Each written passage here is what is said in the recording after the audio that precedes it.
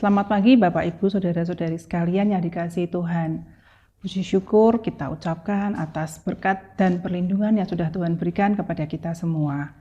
Pada pagi hari ini sebelum kita memulai aktivitas kita, marilah kita sejenak merenungkan sebagian dari firman Tuhan. Namun sebelum itu marilah kita berdoa. Selamat pagi Tuhan, terima kasih Tuhan atas berkat penyertaan-Mu dan perlindungan-Mu yang tak habis-habisnya bagi kami. Tuhan, pada pagi hari ini kami kembali akan merenungkan sebagian dari firman-Mu. Kiranya firman-Mu dapat menjadi pelita dan terang bagi jalan kami.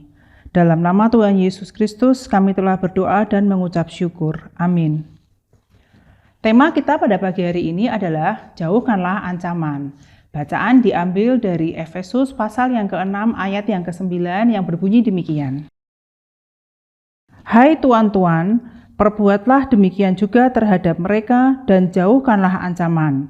Karena kamu tahu bahwa Tuhan mereka dan Tuhanmu ada di surga dan Ia tidak memandang muka. Demikianlah bacaan kita pada hari ini. Syukur kepada Allah. Shalom Bapak Ibu Saudara yang terkasih di dalam Tuhan Yesus Kristus.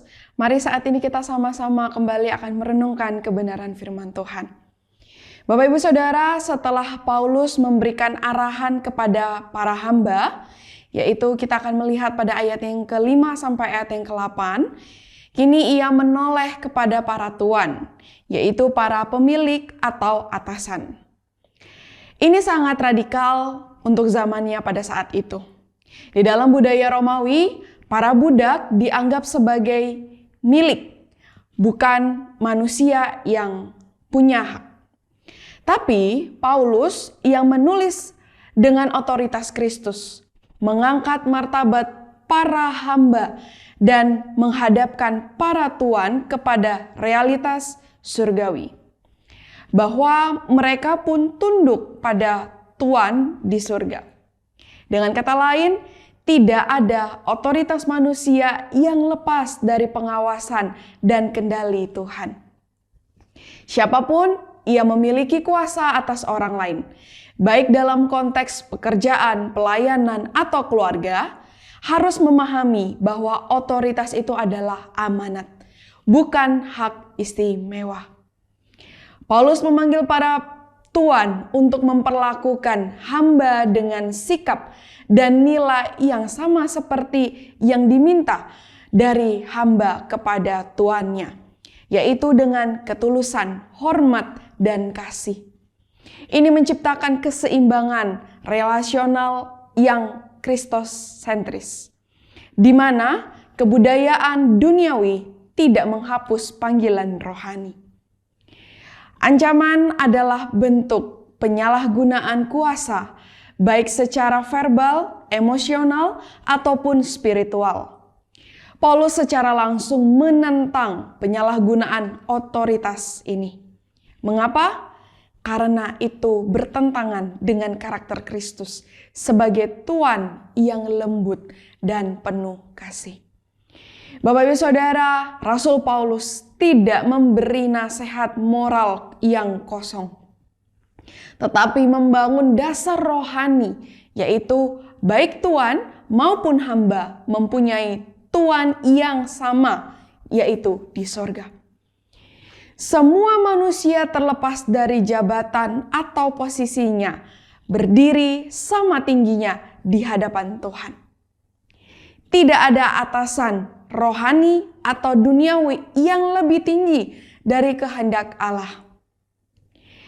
Kesadaran ini membangun kerendahan hati dan takut akan Tuhan dalam setiap pemimpin yang sejati. Bapak Ibu Saudara, Paulus menutup pernyataan ini dengan sebuah kebenaran yang mendalam tentang sifat Allah, yaitu Ia tidak memandang muka. Menilai berdasarkan status, penampilan, kekayaan, jabatan, atau pengaruh. Tuhan melihat hati, melihat motivasi, melihat karakter. Bagi kita yang diberi kepercayaan sebagai pemimpin atau atasan, marilah kita memperlakukan orang-orang yang kita pimpin dengan kasih dan keadilan di dalam Kristus. Bapak Ibu Saudara, ancaman adalah bentuk penyalahgunaan kuasa yang bertentangan dengan kasih dan keadilan Kristus. Amin, mari kita bersatu hati di dalam doa. Ketika Engkau memberikan kepercayaan bagi setiap kami anak-anak-Mu untuk menjadi pemimpin bagi orang-orang yang kami pimpin. Tuhan ajari kami, beri kami kasih, beri kami juga hati yang mau untuk memperlakukan mereka seperti kami memperlakukan diri kami sendiri juga ya Tuhan. Tuhan, jadikanlah setiap kami sebagai pemimpin-pemimpin yang takut akan Kristus. Agar ketika kami memimpin yang kami pimpin, kami bisa meneladani kasih-Mu di dalam kehidupan kami.